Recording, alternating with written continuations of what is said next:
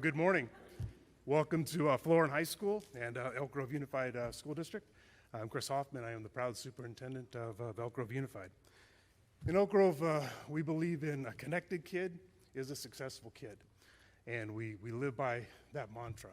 And we've been sitting around today listening to some of our former kids and some of our kids who are off at college and coming back and mentoring our current kids.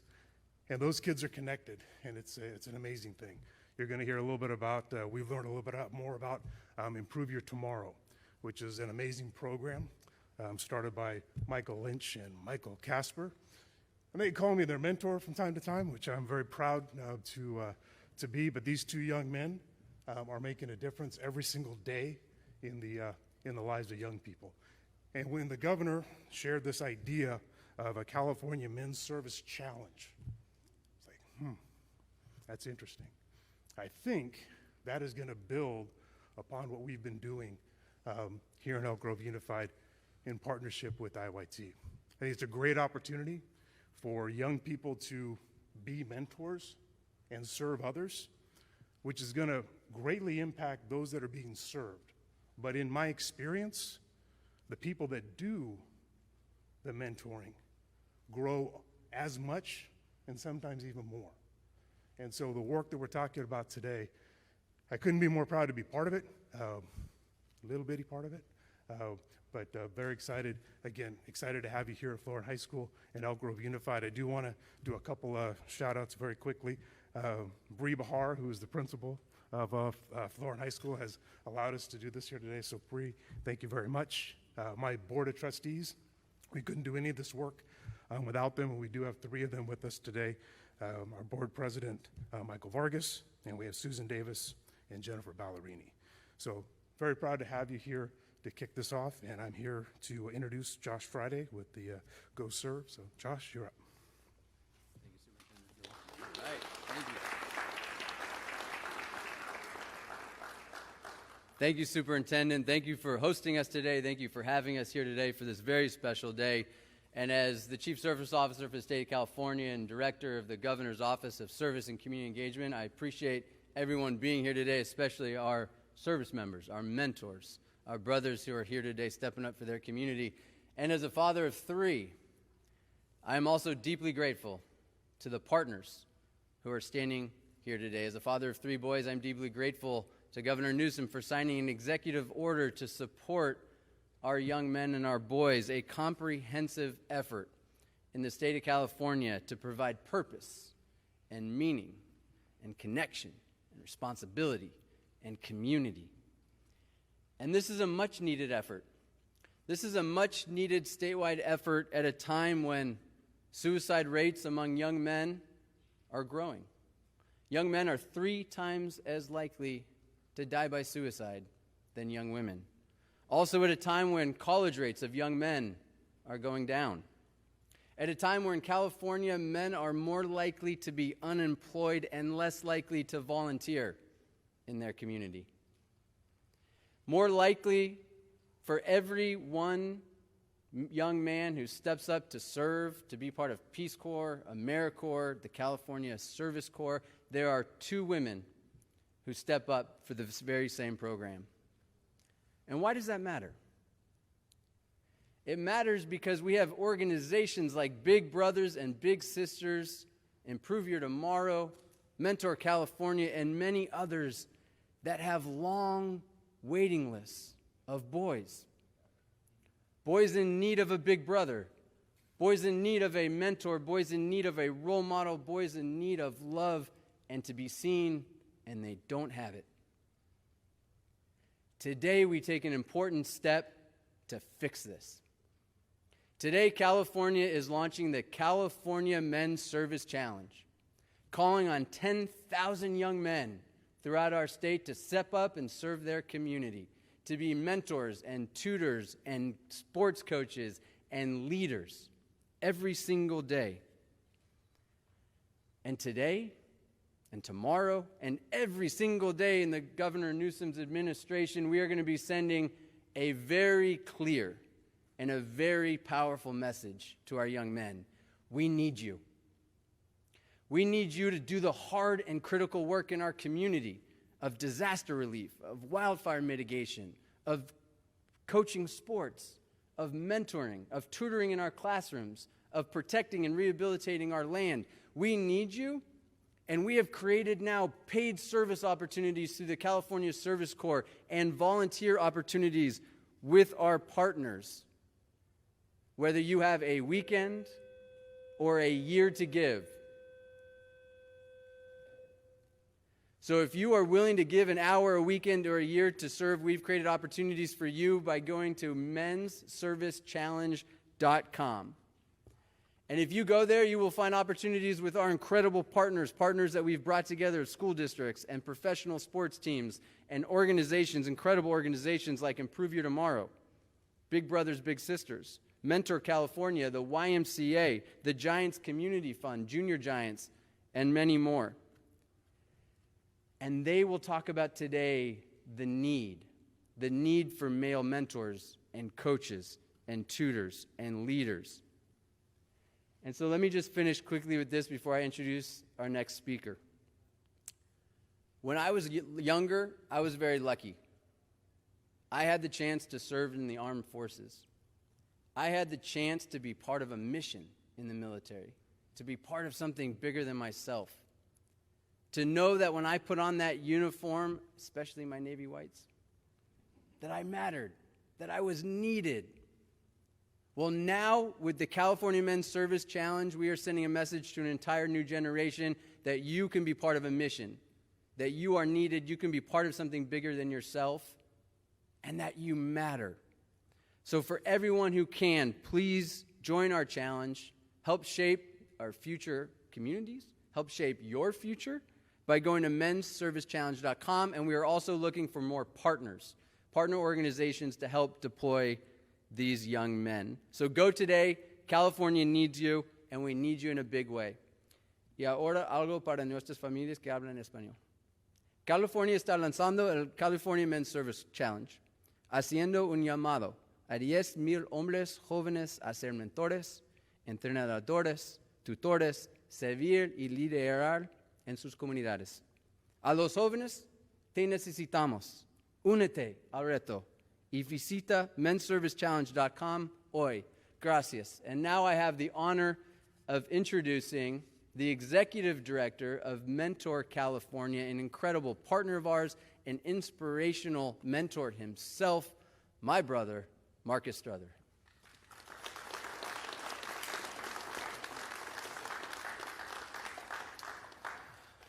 Thank you, Josh. Thank you to Governor Newsom for putting this forward. It is your vision, your work, and your guidance that is mentoring all of us to do this work at a very high level. So thank you. One of the things as a statewide organization Mentor California has is a unique opportunity is we get to work with youth development and mentoring organizations across the state. We currently support over 300 youth development and mentoring orgs who are doing this work at a high level.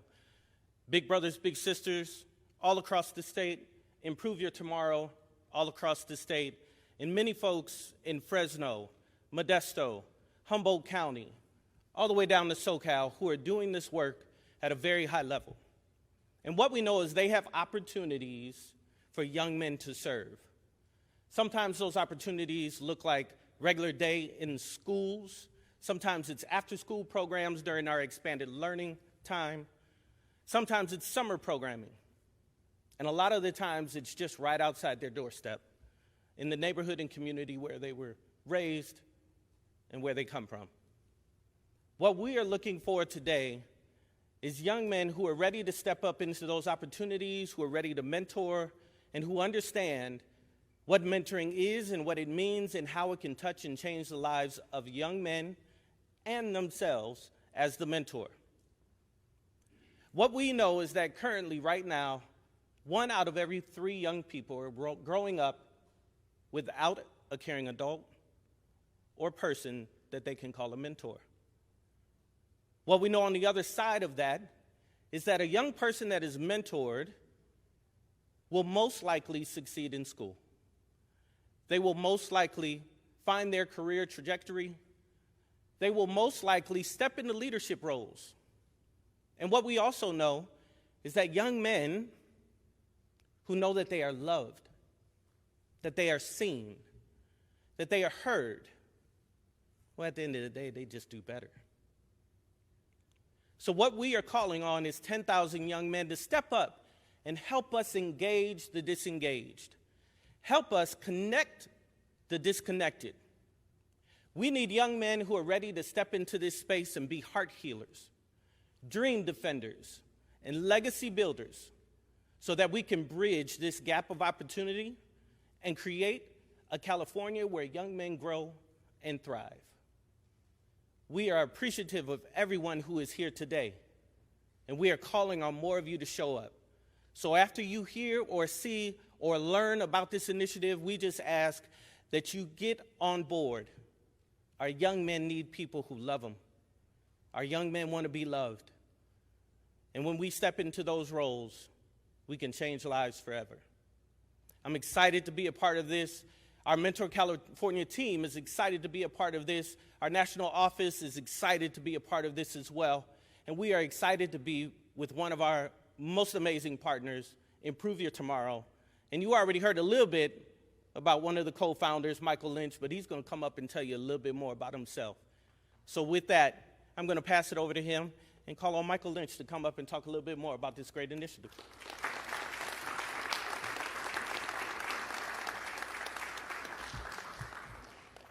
Brother just put a lot of pressure on me. But Michael Lynch, co-founder and CEO, I think it's important to note that I'm a co-founder. You know, the co-founder who's behind me, he's a little better looking, but he's a little taller, so he told me I had to come and speak today and represent the brotherhood. It's supposed to be a joke. Joke's not funny. No, but thank you all so much. You know, my dad was my baseball coach. He was my football coach. He was my basketball coach. He was someone who was consistently there. He raised me and my siblings largely by himself. And I grew up in an environment where there were a tremendous amount of people who had the ability to be able to succeed, but so few of us had an opportunity to be able to do it. That's why we created Improving Tomorrow. That's why we focus on helping get more young men of color to and through college. But we can't do that without service. Service is the key, impactful component of how we're able to move young men from being average, to being good, to being great.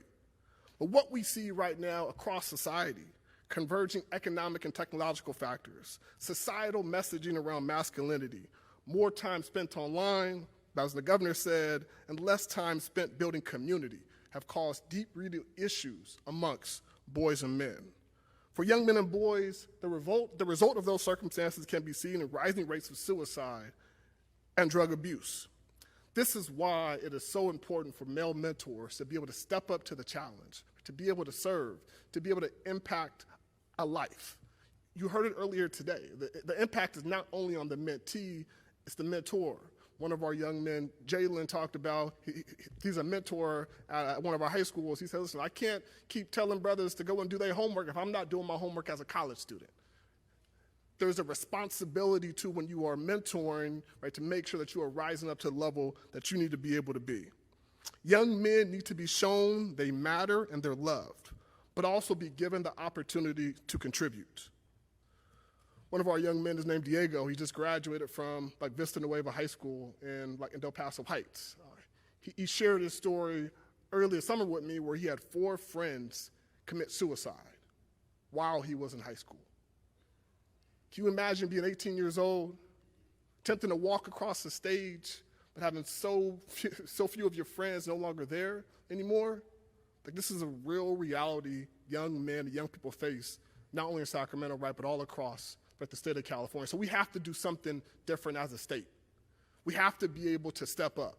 That's why we appreciate the governor's leadership to be able to call California, to call boys and men to be able to begin to serve and to serve purposely. For any young men or boys who feel like they're disconnected, know that you are loved. You belong. We see you, and we need your voice. Next, I have an opportunity to introduce one of my mentees, a young man named Adam. Adam joined IYT April 6, 2013. 17 young brothers at Valley High School came to the room on a Saturday to join what we call now Improving Tomorrow, right, the brotherhood. He was an average student at best.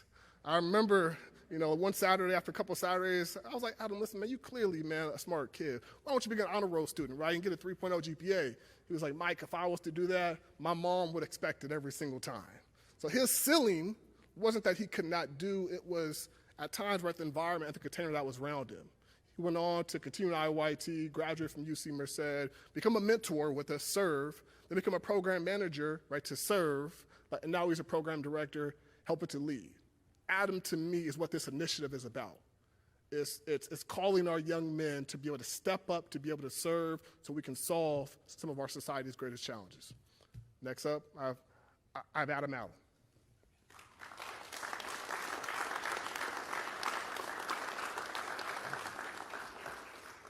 Good morning. Hello, my name is Adam Allen. Similar to like Michael just mentioned, I was originally from Bakersfield, California, moved to Sacramento about 2013, and I was attending Valley High School. I was in a place of like just rebellion. I was alone. I'm the youngest of 3 brothers, and it was just me and my mom dealing with a lot of issues: housing insecurity, food insecurity, job insecurity for her, just a lot of things going on. And it just made me want to rebel. It made me want to not do well in school. It made me not want to do well for myself in general. And a lot of that changed my second semester when I was introduced to IYT. Michael Lynch and Michael Casper were my mentors, and they came in and they just introduced something new to me. To see somebody be successful from like the same communities that I was living in, walking in, and coming back to give was not only inspiring, but it motivated me to do better. It took time. It took a lot of time. It took a lot of love, a lot of care, a lot of support from them, a lot of support from just the organization in general, teachers. But over time, it hit me, and I realized that the importance, the value of not only education, but the importance of having a mentor and having somebody that I can look to, that I know is successful, that I know have been through similar roads as me, and then now coming back to give to their community to inspire young brothers like myself to do better. So for me, it took about 3 years, and as Michael mentioned, around that 3rd year, I started to get those good grades. My mom expected it, and it became a normal thing. But I was still discouraged, still nervous, still thinking I took too long, and ultimately ended up applying to so many schools because I didn't think I would be successful. I didn't think I would be able to get in. And I got into 13 of them, attended UC Merced, got a bachelor's in history, and as Michael mentioned, immediately came back to serve because I knew for me, I wouldn't have made it to college. I wouldn't have been able to go to college. I wouldn't have been successful. I wouldn't have been able to get through college if it wasn't for the support that I received from my mentors, from IYT, and from people that I've met that continue to pour into me. From graduating, I came back and served as a mentor, became a mentor, served, then became a program manager, and was able to serve at the high school that I graduated from. And for me, it was like another motivating factor of like just being able to give back to those communities that I once walked in. And I wanted to be able to impact a brother the same way I was impacted. Fast forward to today, being able to be a mentor, being able to serve, being able to give back to my communities, I've realized the importance of just how important it is for a brother, for definitely in marginalized communities, to have somebody there for them to look to, somebody there for them to help them, and somebody there to help them tap into that potential that they wouldn't think they have. So I ask you today to just please, young men out there, if you are able, to just please join this initiative. Take the chance to be the opportunity to help a young man be inspired, to become something, and to be better for themselves and their community. So I thank you, and I now have the pleasure to introduce the Governor, Gavin Newsom.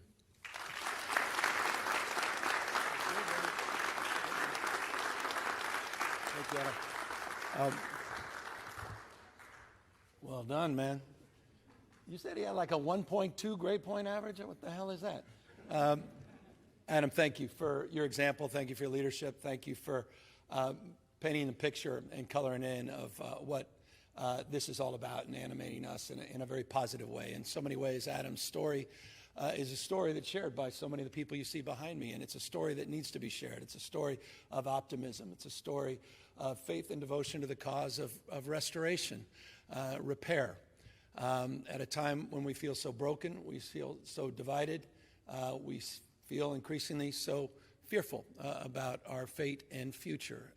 Today, we're celebrating success. We're celebrating leadership. we're celebrating in the spirit that the superintendent and the spirit of Marcus and obviously Michael and others have expanded on, the spirit of love, of relationships, of being seen, of being heard.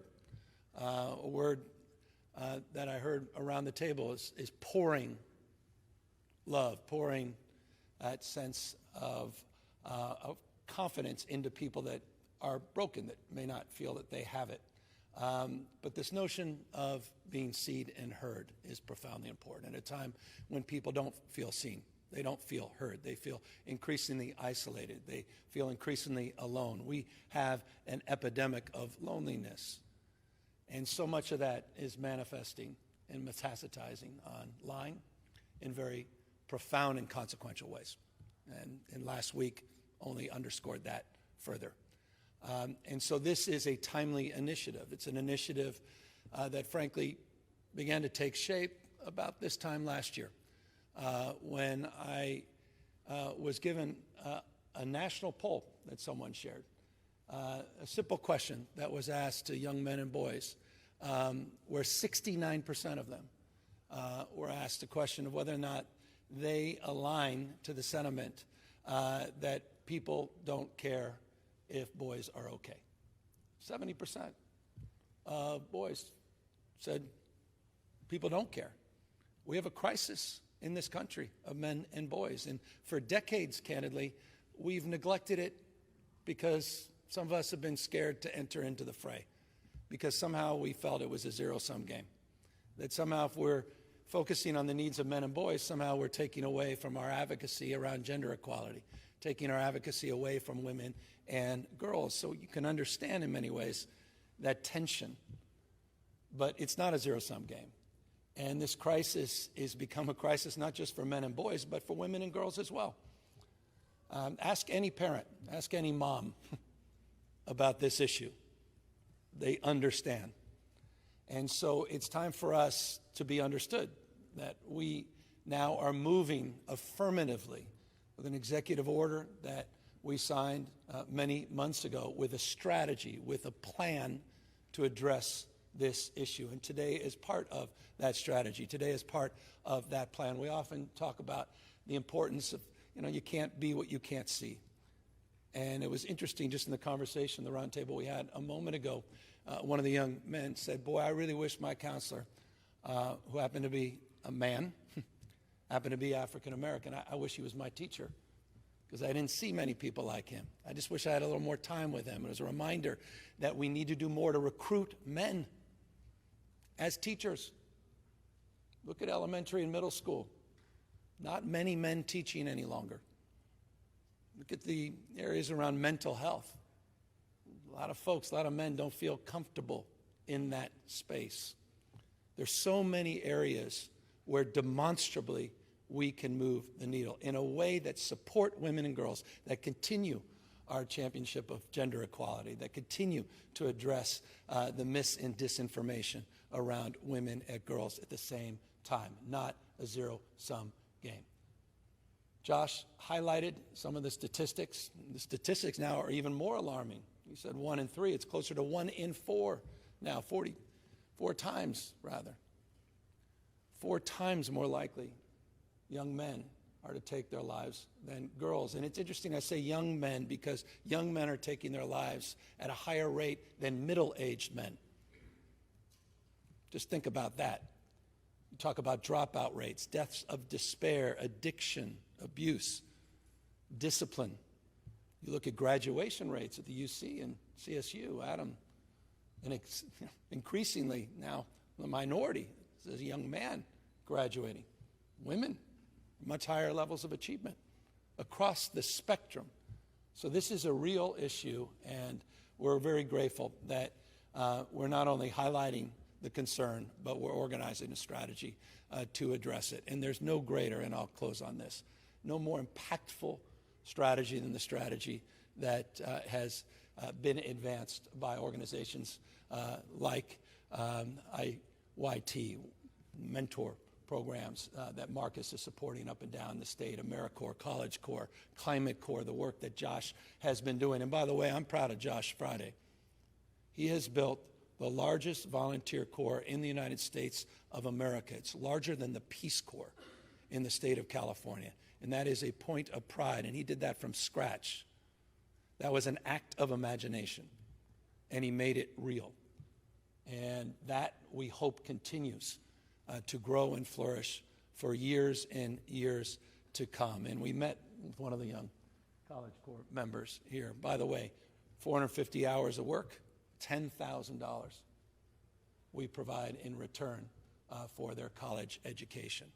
But I think the spirit of mentorship, final words, is that spirit that Josh and others began with, that no one stands taller than when he or she bend down on one knee to lift someone else up.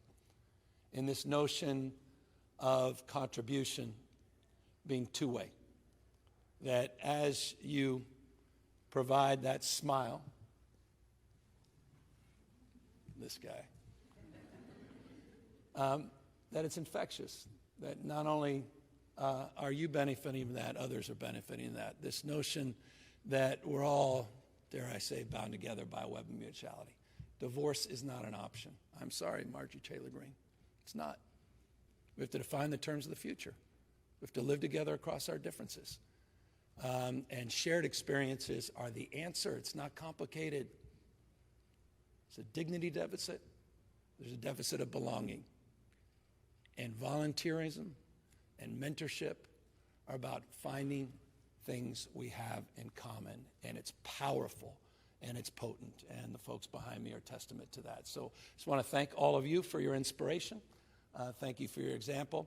And thank all of those that will hopefully get online, in this case, to go offline, to stand the line, and support one another by volunteering, signing up to organizations large and small, and achieve this goal of 10,000 new mentors in the state of California. We thank you all very, very much for your attention today. Thank you. I just want to thank Josh Friday again for all his leadership, not just his stewardship in developing this construct and supporting this idea. I also want to recognize, as the bell rings, Brooks Allen, who's leading our efforts to implement the principles and the nuanced details that came from this executive order that we signed a number of months ago. We're working with Richard Reeves, their organization, the Institute for Men and Boys, that has provided a remarkable amount of support and guidance as well. And it's a growing movement with other states and other governors as well to really hone in on practical strategies to address the issue that continues to challenge us in this country. So again, just want to thank you both for your leadership in this effort. Beyond that, of course, we're here to answer any questions. Governor, in there you were talking about common ground and this issue of essentially young men being disregarded in society, which is something that you connected with Charlie Kirk over. And I wonder, just the timing of this announcement and Kirk's death, if there's any correlation in just how Kirk might be inspiring you at all, if he is. No, I appreciate the question. I mean, I believe in civility. I believe in open hand, not a closed fist. That's why I had Charlie Kirk on my first podcast. And anyone can go and listen to that podcast. He did it in person. We not only had a civil conversation on camera, we had a civil conversation off camera that continued till just weeks ago, where our staffs were connecting and engaging in a very civil way. And I think we need more of that. That said, he'll stand his ground. We stood our ground on things we care deeply about and pushed back where we had, pretty strong disagreements. He had an approach and strategy on issues. We have our approach. But I just think at the end of the day, I said it inside a moment ago, divorce is not an option, period, full stop. We've got to live together across our differences. And there are a lot of differences in this state, this nation, for that matter, the world we're trying to build. And the only way we're going to reconcile those things is by listening to one another. And if you go to that podcast, I hope the one thing that you'll find is two people willing to listen to one another that have very strong points of view that don't necessarily always cross-pollinate. But one point of view I think we did share was love of our family, love of this country, deep, deep, deep love for our children, and hope for a better world. And so that's the spirit that I want to bring to the work that we're doing today. That's the spirit to which I think mentorship and volunteerism, I think that's the spirit that it advances. And it's a cause that should unite us all. Just a follow-up, just to me, will his assassination change the way that you approach any campaigns? I know you're not campaigning here, but any campaign in the future, the Prop 50, I know changed. No, the we. Ask around and find out title with the, the event that you're going to Yeah. have. Well, I don't know, because I'm the same guy that walked on the tarmac with Donald Trump. I'm the same guy that will pick up his phone call. I'm the same person that sat down, not just Charlie Kirk, with Steve Bannon, with the guy who created this space, language, borders, and culture, Michael Savage, back in the 90s. Was the dominant voice on talk radio, person that sat down with Newt Gingrich, who was one of the leaders of my recall. I'm that same person. We have a student here who has a question. I know, and I appreciate that. I'm a yearbook student here. I'm a junior. And I was wondering if you had one piece of advice that you would give to Florida High School, and specifically to the students. What piece would you give? Learn from, don't follow others. Your expression's unique. Nobody else has it. I think so much time you spend as a junior is comparing yourself to other people, trying to be like someone else. And comparison's the thief of all happiness. And so I think what the world needs is your authenticity. And so I just hope you take a deep breath and discover the most important and powerful thing in the world, and that's who you are, and try not to impress other people. Governor, you opened your podcast with Charlie Kirk by telling him how much your son idolized him. Well, And- overstated, but I appreciate the sentiment. Okay. Why don't you state it then? How much your son Recognize them. admires Yeah. him? No, I said that he wanted to have a picture with Charlie because he was very familiar with him, and so many young boys are. And it was a recognition of the why. Why was Charlie my first guest? Because I recognized his influence, not just in the last election, and how many young men and boys heard the bell and answered the bell in terms of organizing on campuses and supporting the dialogue and the organizational principles that Charlie Kirk was supporting and advancing. And I thought it was important to illuminate that and highlight that. But it was absolutely true that my son, like many kids his age, were not only familiar with Charlie Kirk, they're familiar with Andrew Tate, familiar with people like Jordan Peterson, very familiar with what's happening online and podcasts and what some have referred to, in some cases pejoratively, others in terms of illuminating this manosphere. And I think it's important to understand that. Parents need to understand that.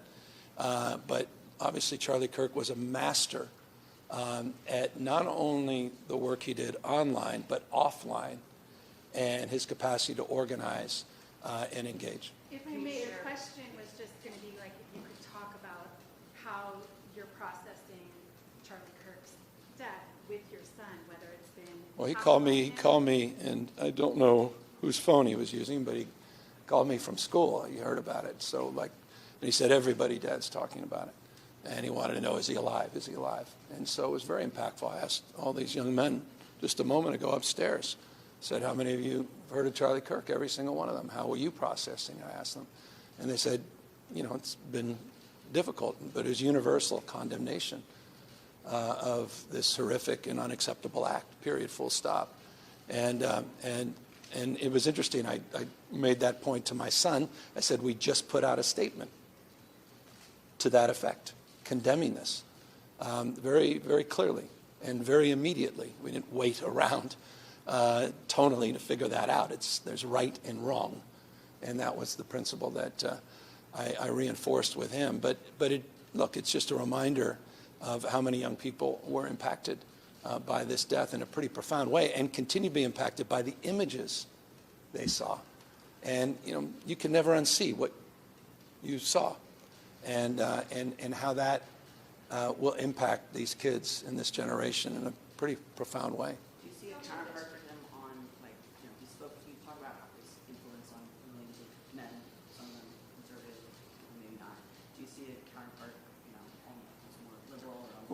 I asked him about that. I made the point in our podcast. I said, one of the reasons I want to engage you is success leaves clues.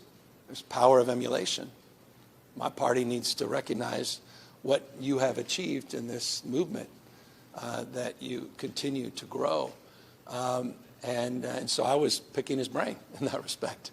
And it was interesting. You all know that. The response from my party was rather mixed or muted. And I thought that was a mistake. I still do. I think it's important to learn from others, even if you vehemently disagree with them. And it's just been my approach. The reason I, show up on networks that in the past that not every Democrat was showing up on. It's why I engage with people I disagree with. And it's just, it's the way I was, way I was raised. And I just think we're all better off if we do that. And again, it doesn't mean you roll over. It doesn't mean you submit to other people's ideas. It just means you engage in them. And I think that's a very healthy thing. And this movement for, helping young men connect and rebuild.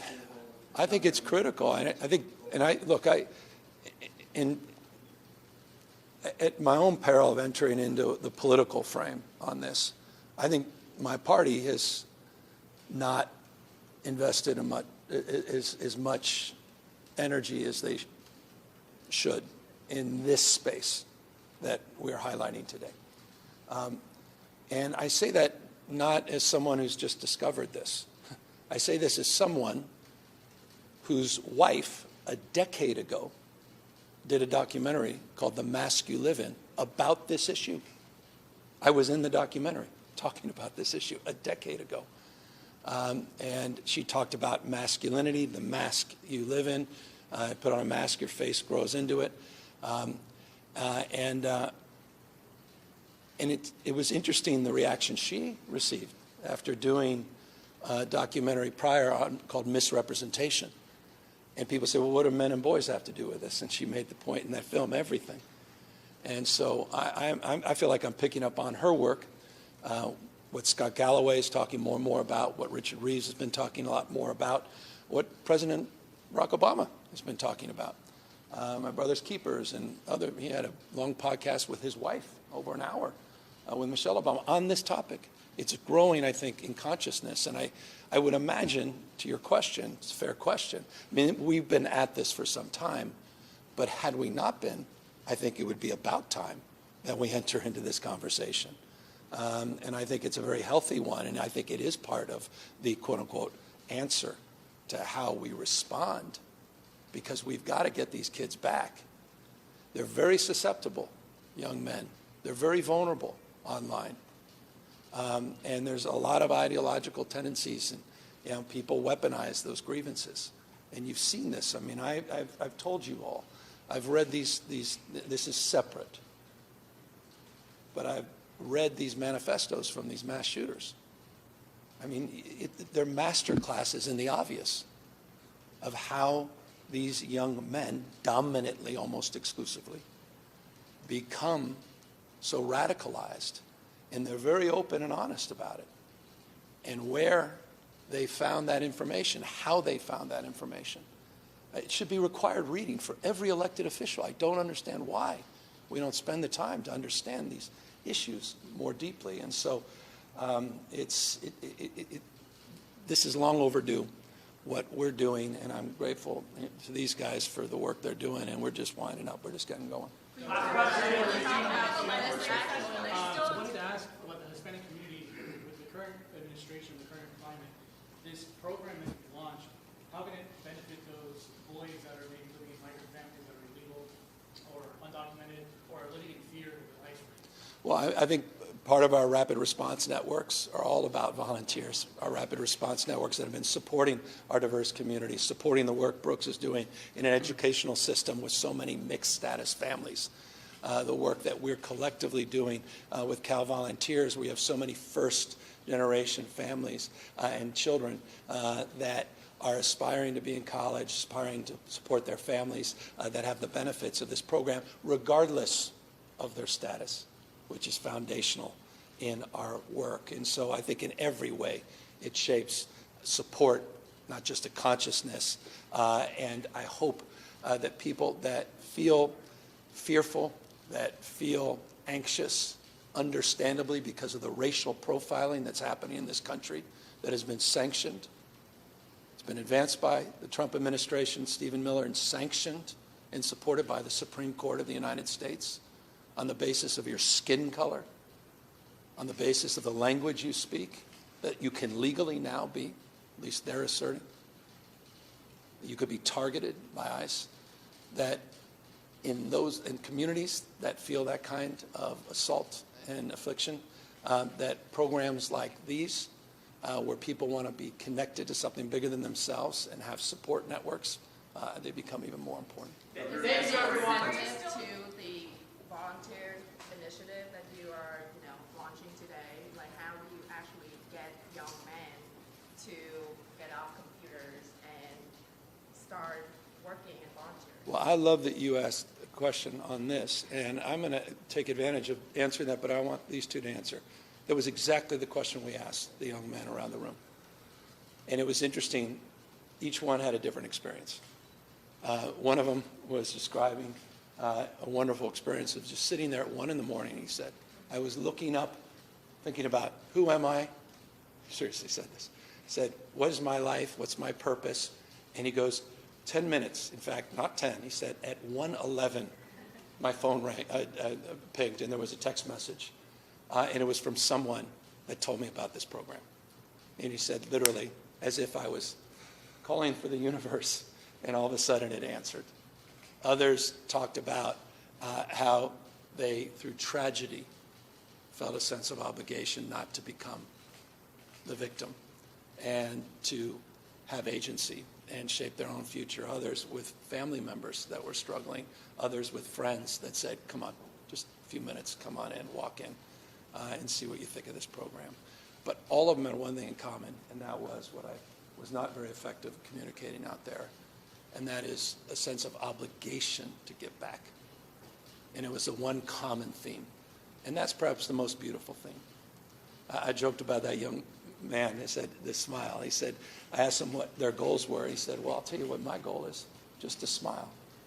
And he says, I make a commitment every day to smile once to a stranger. And he goes, I can't. And now, of course, everybody in the room was smiling after he did it. You don't have to aspire to be king or queen or, some, fancy things, just a simple act of kindness, because he said it was a way of seeing someone that may be, in his words, having a tough day, that may be going through a rough patch. And all of a sudden, just that act, that simple act of a smile, made them feel like they mattered and he cared. Josh? Thank you, Governor. With this initiative, the state of California is providing significant incentives for young men to be able to serve in their community. Through the California Service Corps, we have paid opportunities, the chance to start a career, the chance to earn skills, the chance to build social capital and professional networks. Through programs like College Corps, we have the chance to provide debt-free pathways for students and young men who step up to serve in their communities. So real financial and economic opportunity is being provided through this initiative.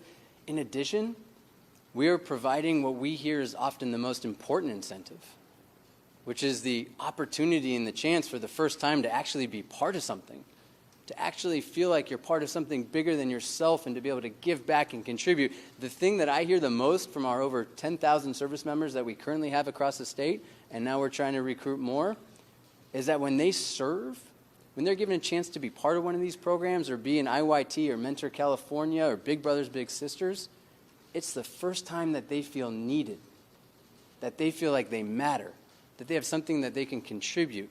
And that's what we're all seeking. And that's why this initiative, that's why the governor calling on us, asking us to do this, more like telling us that we have to do this, because it's important. That's what we're solving, and those are the incentives that we're providing. Brooks? Final word, Brooks. No pressure. No, the one thing I would add that I think came through, and the governor talked about this in his comments out there, is, and we heard this from all the students, some of your peers, it was the power of love. And they were talking about really, in terms, you're asking about what gets you offline, they were talking about having that relationship in school. And so much of the research teaches us that in schools, the thing that matters most, and if you look at every youth poll, it talks about knowing that you have at least one adult who cares about you at that school. And that's what we heard in that room, is coming to school knowing someone cares about you authentically as a person.